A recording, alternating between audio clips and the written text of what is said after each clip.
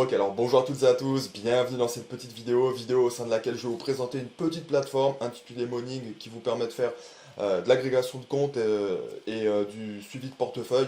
Donc ça reste sommaire, mais néanmoins c'est particulièrement utile dans le cadre de la gestion de son patrimoine financier. Donc aujourd'hui, rapidement, je vais vous présenter un petit peu la plateforme Moning et je vais vous présenter ses différentes fonctionnalités, à quoi elle peut vous servir et puis aussi ce qu'on peut en faire et puis est-ce que c'est nécessaire d'aller jusqu'à payer un abonnement ou non pour cette plateforme, sachant que, évidemment, comme pour beaucoup d'outils, il en existe d'autres, hein, il n'y a pas que Moning, bien évidemment, des outils de gestion en ligne et de suivi de portefeuille, mais on va voir si est-ce que c'est intéressant ou pas de souscrire un abonnement, et si oui, dans quel cas. Donc, Moning, très rapidement, c'est simplement une plateforme d'agrégation de comptes. Alors, je vais vous montrer ça rapidement. Donc, c'est une plateforme d'agrégation de comptes, donc, qui a été créée par des passionnés en finance, d'agrégation de comptes et de gestion et de suivi de portefeuille.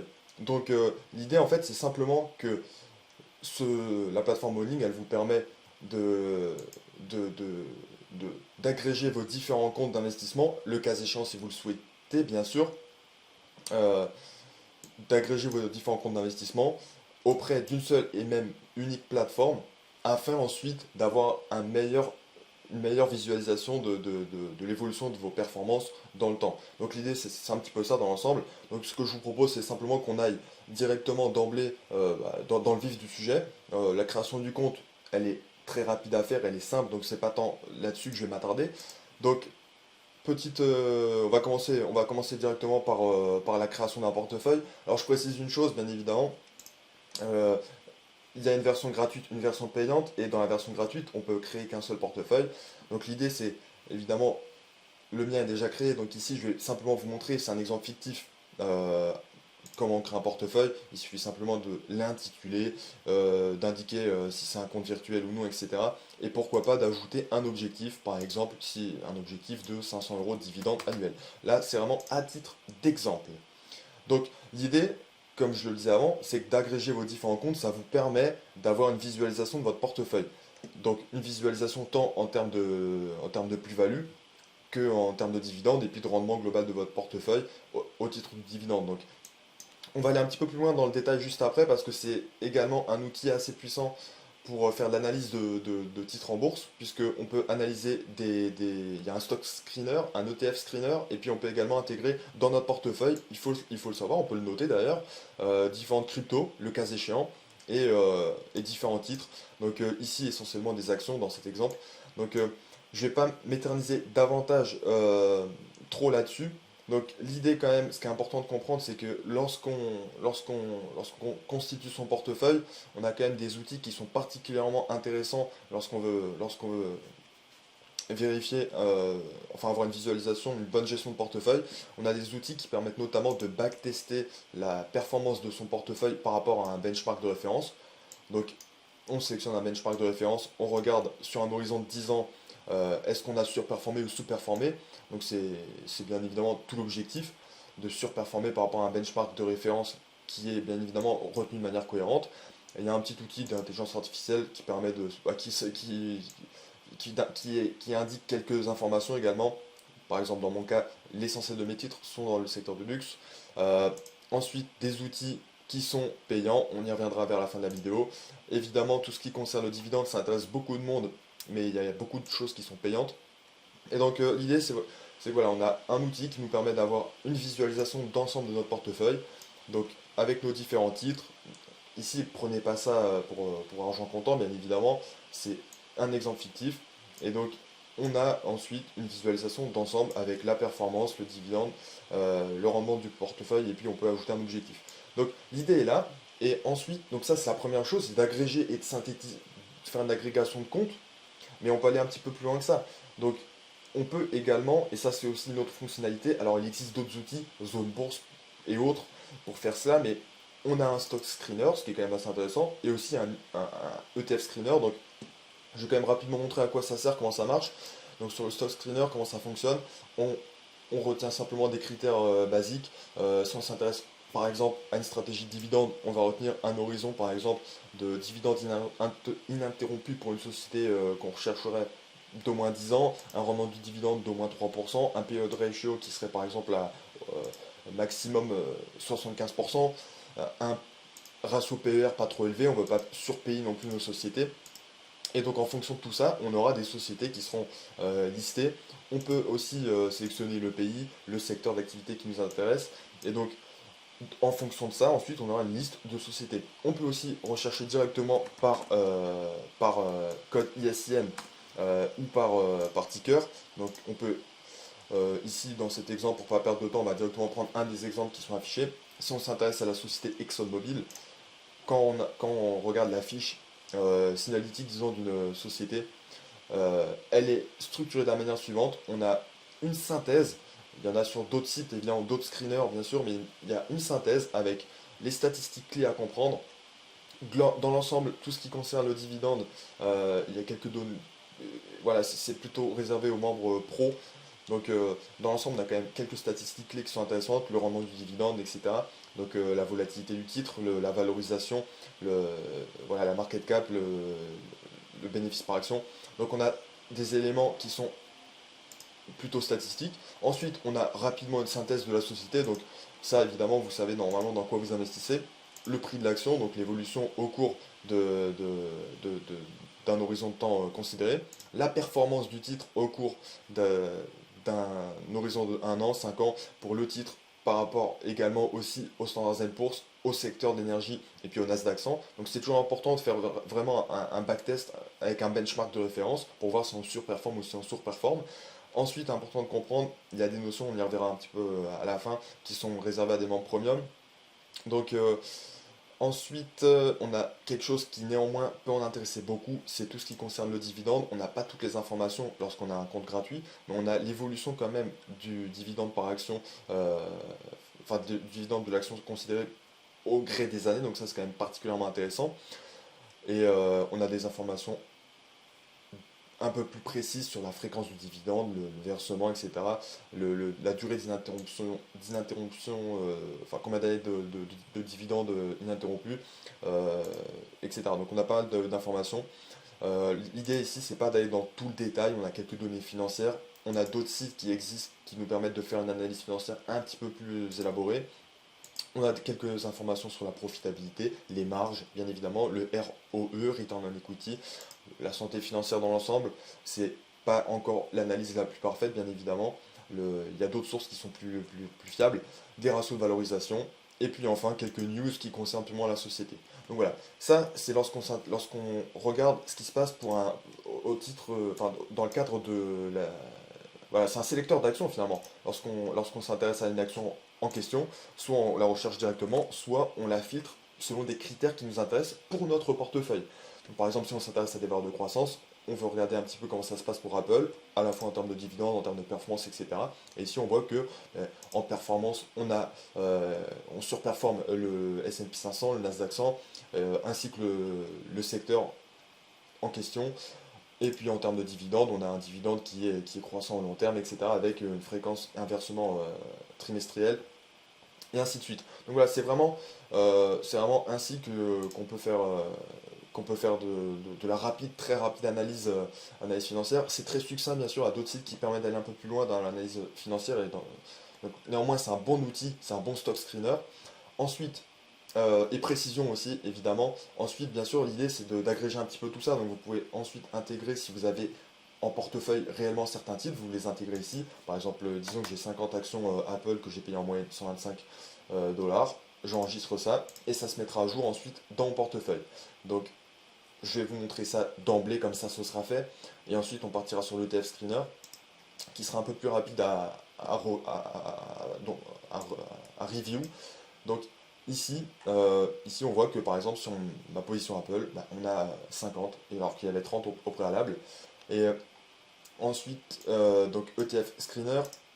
Donc maintenant, si on va un petit peu plus loin et qu'on s'intéresse par exemple à une diversification de nos titres en portefeuille, qu'on s'intéresse à des fonds négociés en bourse, on peut aussi rechercher à investir par exemple sur le marché européen dans des ETF qui versent un rendement d'au moins, dont le rendement du dividende est d'au moins 2%, éligible au PEA, qui respecte la norme européenne UCITS, UCITS, politique de redistribution du dividende, et puis catégorie, bon bah alors plutôt equities évidemment, les actions. Et donc en fonction de ça, de nos critères, eh ben, on a différents. Ça c'est intéressant, alors il y a d'autres outils de sélection d'ETF, mais évidemment c'est quand même. Ça aide à aller un peu plus en avant dans le détail et à aller assez rapidement dans c'est un outil qui est assez simple d'utilisation, assez sommaire, mais qui permet d'aller assez vite finalement, avant d'aller plus loin dans les recherches par la suite. Et donc par exemple ici, on voit que pour les quelques critères fictifs que j'ai pris juste avant, ben, on a par exemple cet ETF-là qui pourrait correspondre à la stratégie que j'aurais retenue dans le cadre des critères indiqués précédemment. Bien évidemment, une notion intéressante, c'est de savoir quels sont les frais annuels, 30%, 0,3%, pardon, est-ce que c'est éligible au PEA. Donc évidemment, ça c'est un critère qui est à définir au préalable. Et donc ici, on a tout une, une myriade d'informations, donc un petit peu comme pour les fiches signalétiques des actions. Là, ça concerne beaucoup plus finalement les ETF. Donc ce qui est intéressant de regarder ici, c'est plus le DCI, l'équivalent du document d'information clé pour l'investisseur. Donc ici, il n'est pas nécessairement indiqué ou il n'y a pas un lien URL qui permet de rediriger vers le document d'information clé. Néanmoins, l'idée est la même que pour l'analyse des actions, c'est de regarder toujours si on a un ETF qui surperforme ou sous-performe un indice, en l'occurrence de référence. Alors si on a un ETF S&P 500 et qu'on a un benchmark S&P 500, évidemment, c'est difficile de faire une comparaison, contrairement à une action par rapport à un marché dans son ensemble. Idem, donc toujours pour la politique de dividende, si c'est un ETF qui est distribuant, on a toutes les informations qui nous intéressent ici. Donc voilà, et on peut les ajouter ensuite, pourquoi pas en portefeuille. Donc ici, je vais fermer ça et puis je vais quand même terminer sur deux trois notions clés. Euh, donc on peut, on peut également intégrer des crypto-monnaies. Donc idem, c'est très simple, c'est assez intuitif, même principe. On, on a une page qui est beaucoup plus simple. Alors on n'a pas le white paper, etc. Mais la page est très simple d'utilisation. Donc quel projet est concerné le Bitcoin par exemple et quel est le prix et on peut intégrer ça en portefeuille. Et donc ici, on retrouve notre portefeuille, le portefeuille qu'on a créé. Alors, on peut en créer qu'un seul si on a un compte gratuit, et on peut en créer plusieurs si on a un compte pro. J'en reparlerai après. Donc ici, sur notre portefeuille, finalement, c'est tout ce qu'on voit ici dans le portefeuille, c'est ce qui est issu de tout ce que je vous ai montré juste avant. Donc ici, la valeur totale du portefeuille, la plus-value en relatif et en absolu, le montant total des dividendes annuels, combien de relatifs depuis début de l'année, enfin par an, pardon, le rendement global du dividende, et si on se fixe des objectifs, on a quel pourcentage d'avancement des objectifs. Donc ensuite, ici à nouveau, je le rappelle, on peut toujours backtester, c'est toujours bien de le faire. Donc je vous invite toujours à le faire et à sélectionner bien évidemment un indice qui correspondrait à votre stratégie. Moi, ce serait peut-être plus celui-ci que je prendrais en benchmark de référence. Donc en l'occurrence, il faut surperformer. Alors bon, ça fonctionne pas très bien ici. Si je update, ça devrait aller un peu plus vite. L'idée, c'est de toujours surperformer, bien sûr, le benchmark de référence. Et ensuite, le plus intéressant à bien vérifier, à bien regarder, en fait, c'est quand on a notre portefeuille, la synthèse avec les titres qu'on a en portefeuille, voilà, le rendement du dividende, la quantité, la valeur globale, le coût moyen, etc. La performance d'ensemble. L'important, c'est de regarder à la fin, si on veut avoir une vision vraiment, vraiment comme pour des dashboards de synthèse financière, une vision d'ensemble de son portefeuille. Et moi, dans mon exemple, par exemple, je sais que, euh, et c'est cohérent, que j'ai plus d'un tiers du portefeuille, en l'occurrence, dans les technologies de l'information et de la communication. Et ici, on peut ensuite avoir vraiment, c'est de la data visualisation, on peut vraiment voir comment est pondéré notre portefeuille en valeur relative dans les grands super secteurs finalement, dans les secteurs et dans les grands super secteurs. Donc ici, d'un point de vue sectoriel, clairement, je suis orienté sur la consommation discrétionnaire et puis sur les technologies d'information dans cet exemple. Et puis ensuite, on a les super secteurs. Est-ce qu'on a des valeurs cycliques, défensives, euh, etc. Donc après, c'est subjectif, bien évidemment, les libellés. Ça, c'est important également parce que ça permet aussi de se rendre un petit peu plus compte de est-ce que notre portefeuille est plus ou moins sensible à la conjoncture économique. Donc c'est vraiment un point de vue macroéconomique. Ensuite, les titres en portefeuille. Donc ça c'est bien de le voir aussi parce que lorsqu'on a les secteurs qui sont représentés, c'est bien de comprendre un petit peu dans quoi on est plus investi, dans quel secteur. dans l'ensemble, mais c'est bien de voir quelles sont les actions, évidemment, qui, qui, qui sont dans chacun de ces secteurs. Parce que ici, on peut très bien avoir dans les technologies de l'information et de la communication que Google ou que Apple, par exemple. À titre d'exemple. Mais on peut très bien aussi avoir Google, Microsoft, plus Apple, une dizaine d'actions. Donc c'est aussi bien de voir comment est composé l'ensemble du portefeuille. Et donc ici, on voit par exemple que Apple, finalement, c'est un quart de tout le portefeuille d'ensemble. Et ça représente l'essentiel, clairement et de loin, de la partie technologie de l'information et de la communication du portefeuille d'ensemble. Donc voilà, ça c'est une notion qui est importante à comprendre. Donc là, on a vraiment une synthèse qui est pondérée. Donc ici, c'est vraiment, voilà, c'est vraiment quelque chose qui est à vérifier avec ce que je vous ai montré juste avant. Ensuite, par pays, comment on est réparti en termes d'exposition géographique. Ça a moins d'importance. Alors, ça a de l'importance. Alors là, ici, essentiellement, c'est la zone euro, un peu en Suisse, et puis presque 40% aux États-Unis. C'est important de regarder ça si vous avez voilà, des positions dans ben, en devises étrangères et pour lesquelles éventuellement voilà, sur le marché d'échange, les taux pourraient évoluer, les taux de change pourraient évoluer très fortement, sensiblement. Pour l'euro, dollar ou inversement, euh, on a quand même voilà, des changes flottants évidemment, mais qui sont relativement stables entre guillemets. Si évidemment j'avais des titres investis sur, voilà, sur des, je sais pas moi, à titre d'exemple sur peut-être au Singapour, peut-être que là je serais beaucoup plus précautionneux et je vérifierais la pondération de mon portefeuille investi sur des titres libellés en monnaie singapourienne. Donc voilà, c'est vraiment l'idée. Vous avez également la possibilité, je le précise, d'avoir des ETF qui sont tout, par exemple, des fonds négociés en bourse qui sont hedgés contre les risques de change. Donc attention, évidemment, on peut très bien être exposé à 50% aux États-Unis sans être exposé au risque de change, moyennant quelques frais. Ensuite, market caps, donc ça c'est intéressant parce que ça vous indique un petit peu quelle est votre stratégie. Est-ce que vous ciblez des grosses sociétés, des moyennes sociétés, des petites sociétés? C'est un peu comme si on prend pour Euronext Paris le compartiment A, B et C, mais pas tout à fait parce qu'on serait plus sur A+, A et B en réalité, parce que vraiment on est sur des très très grosses capitalisations boursières. Dans les larges, on a déjà des très grosses sociétés. Et donc ici les small sont réellement sont déjà de grandes sociétés. Donc voilà, on ne peut pas prendre directement l'Eurolist à titre de référence, mais dans tous les cas, voilà, ça nous indique un petit peu comment on est investi. Donc dans la plupart des cas, les investisseurs sont investis dans des méga et des large caps pour l'essentiel de leur portefeuille. Ensuite, les devises, bien évidemment, et ça complète évidemment le countries ici. La rubrique countries, les devises nous indiquent évidemment sur quelle devise on est exposé. Donc ici, euro, dollar et franc suisse. Petite précision à nouveau, et c'est important de le comprendre, on peut très bien être exposé sur des ETF en euros qui sont investis dans des titres en US dollars, et pour autant on sera quand même, s'ils ne sont pas hedgés, exposé au risque de change. Il faut le comprendre également ainsi, donc c'est bien de le savoir. Donc ici quand même, c'est important l'idée finalement de tout ça, avant que je passe vite fait à deux, trois explications de synthèse sur voilà, la partie pro. Euh, L'idée de tout ça, c'est que vous avez un outil d'agrégation de différents comptes, on l'a vu juste avant, qui vous permet de synchroniser différents comptes. Alors, charge à vous de le faire ou non, ou de le faire manuellement. Moi, personnellement, ici, je l'ai fait manuellement. Vous avez, donc j'ai intégré dans mon portefeuille directement les titres depuis le stock screener. Donc j'ai tapé LVMH, Hermès, L'Oréal, Apple, etc.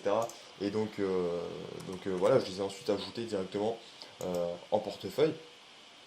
Donc tout simplement. Donc en faisant ainsi, finalement je gagnais du temps aussi, c'était pour aller un petit peu plus vite. Donc ici on intègre les titres, on enregistre. Donc on a un outil d'agrégation de comptes. Charge à vous de décider ou non de le faire. Ensuite, surtout, on a aussi un stock screener d'actions et d'ETF. Et donc ça c'est aussi assez utile pour prendre rapidement des décisions. Maintenant évidemment, c'est pas extrêmement complet, mais ça permet d'aller cibler quand même déjà certains titres ou certains fonds négociés en bourse. Et puis ensuite, tout ça, ça nous permet de créer des portefeuilles qui peuvent être soit en un fictif, soit en deux réels, et surtout de pouvoir les backtester. Ça, c'est très intéressant, c'est de vérifier comment aurait évolué un portefeuille de ce type, tel ou tel portefeuille, au cours dans le passé par rapport à un benchmark, un indice de référence. Donc ça, c'est quand même une fonctionnalité intéressante parce que si on fait du stock picking pour sous-performer un marché de référence qui est représentatif de ce qu'on a en portefeuille, il y a peu d'intérêt. Donc ici, l'idée, c'est de bien vérifier ça également. Ça, c'est une très bonne fonctionnalité. Maintenant, important à comprendre, si vous voulez aller plus loin, vous voyez ça, tout ça c'est gratuit, on peut aller très loin, on peut faire beaucoup de choses. Maintenant, si vous voulez avoir des performances détaillées sur votre portefeuille, sur les titres que vous avez en portefeuille, notamment sur les scores entre guillemets de sécurité du dividende ou de croissance, alors c'est subjectif, encore une fois, c'est perfectible. Bon, si vous voulez avoir des informations plus précises qui concernent directement votre portefeuille, donc je pense notamment aux prévisions et au forecast, donc les prévisions potentielles, donc c'est vraiment du prévisionnel sur le dividende futur que vous pourriez au conditionnel toucher. Euh, si vous vous intéressez à ce genre de fonctionnalité et si vous voulez bien sûr créer plusieurs portefeuilles, eh bien dans ce cas, il faut créer un compte pro. Et donc, dans ce cas, le compte pro, il pourra répondre à un petit peu toutes vos attentes et vous donner des informations plus précises pardon, sur, ouais, sur les anticipations qu'on peut faire par rapport à votre portefeuille. Donc, c'est vraiment pour aller vraiment plus loin dans la personnalisation. C'est vraiment un service qui est plus personnalisé si vous allez sur un compte pro. Vous aurez plusieurs portefeuilles si vous le voulez, vous aurez des prévisions qui seront plus précises, vous aurez plus d'informations sur les dividendes et vous aurez aussi des performances qui seront calculées directement en fonction de votre portefeuille. Donc vous aurez plus d'informations dans l'ensemble sur ce qui vous intéresse. Maintenant, pour autant, c'est pas forcément nécessaire si vous voulez simplement avoir une visualisation globale d'ensemble de vos portefeuilles ou de votre portefeuille. Pour moi, c'est largement suffisant. Bon, je crée aussi à côté mon propre dashboard, mais vous n'avez pas besoin d'aller plus loin que ça si vous n'avez pas la nécessité de créer plusieurs portefeuilles. Vous pouvez tout agréger déjà dans un. Et puis, ensuite, voilà, si vous voulez aller vraiment plus loin, là ici, avoir un compte pro, ça peut être intéressant, c'est à peu près 14 dollars par mois. Donc voilà, c'est quand même mensuel, c'est à savoir, donc c'est un paiement récurrent. Ensuite, dernière petite chose, quand même, il y a un petit outil qui vous permet de faire un petit peu de. Voilà, c'est un petit peu du trading social, mais pas tant que ça, mais on peut aller rejoindre suivre certains groupes d'investisseurs. Pour voir leur portefeuille, éventuellement il y a des formes de discussion. Donc voilà, ça permet éventuellement d'avoir des idées. Maintenant, si vous savez exactement ce que vous voulez, vous avez votre stratégie qui est bien définie, vous pouvez être totalement indépendant dans ce que vous faites. Et puis, il y a une précision qui est importante à noter, c'est une grande limite encore une fois, c'est une limite, mais pas que de cet outil-là, il y en a d'autres, il n'y a pas que Morning, il y a des concurrents, mais c'est une limite qu'on retrouve souvent, c'est que en fait, les performances, elles sont calculées en faisant abstraction de certaines données qui sont très spécifiques à certaines sociétés. Je prends l'exemple d'Air Liquide. Air Liquide procède ponctuellement à des augmentations de capital par incorporation de réserve. Ce qui a pour effet qu'il y a des actions gratuites qui sont distribuées aux actionnaires existants. Et donc ça a pour effet de faire baisser le cours de bourse à la baisse et en compensation d'un nombre d'actions gratuites versées en plus. Sauf que ça fait baisser le cours de bourse de l'action, mais là ici, il faudra manuellement intégrer que vous avez eu, qu'au départ, que vous avez par exemple 13 actions au lieu de 12, et que du coup votre PRU, il n'est pas à 120, mais à moins que ça. Donc voilà, c'est une des limites. Idem pour Interparfum. Interparfum procède tous les ans à des augmentations de capital par incorporation de réserve. Donc j'ai plus d'actions Interparfum que j'en ai acheté, et ça ajuste également à la baisse le cours de bourse.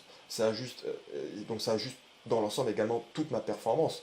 Et donc lorsque je m'intéresse aux dividendes, lorsque je m'intéresse à la performance et lorsque je m'intéresse à toutes les données d'Interparfum, je suis obligé de recalculer tout moi-même. Donc voilà, c'est quand même une notion qui est importante de comprendre. Néanmoins, avec une version gratuite, vous avez déjà beaucoup d'informations voilà, qui vous permettent de faire une bonne gestion de portefeuille. Donc voilà, c'est un outil que je recommande si vous voulez pas vous prendre la tête. Clairement, c'est ça l'idée, hein. C'est vraiment si vous voulez quelque chose de simple, de facile, d'intuitif, de rapide, qui vous permet de rapidement suivre, grosso modo, l'évolution de votre portefeuille, de vous fixer un objectif, et puis, de voir comment évolue votre portefeuille au gré des années, tout en ayant la possibilité de faire un rapide stock et ETF screening.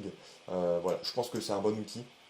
Maintenant, les limites, elles existent, et puis donc évidemment, vous ne pouvez pas non plus aller très loin dans l'analyse. Il y a des sites d'analyse financière qui vont beaucoup plus loin que Morning.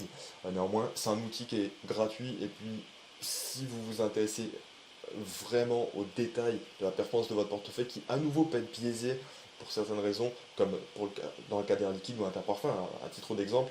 Euh, Si vous vous intéressez vraiment à des prévisions sur votre dividende hypothétique futur, etc., les performances recalculées en temps réel, etc., là, du coup, le compte pro peut être intéressant pour vous. Maintenant, si vous avez des très bonnes notions en mathématiques financières, vous pouvez finalement déjà faire ce travail par vous-même.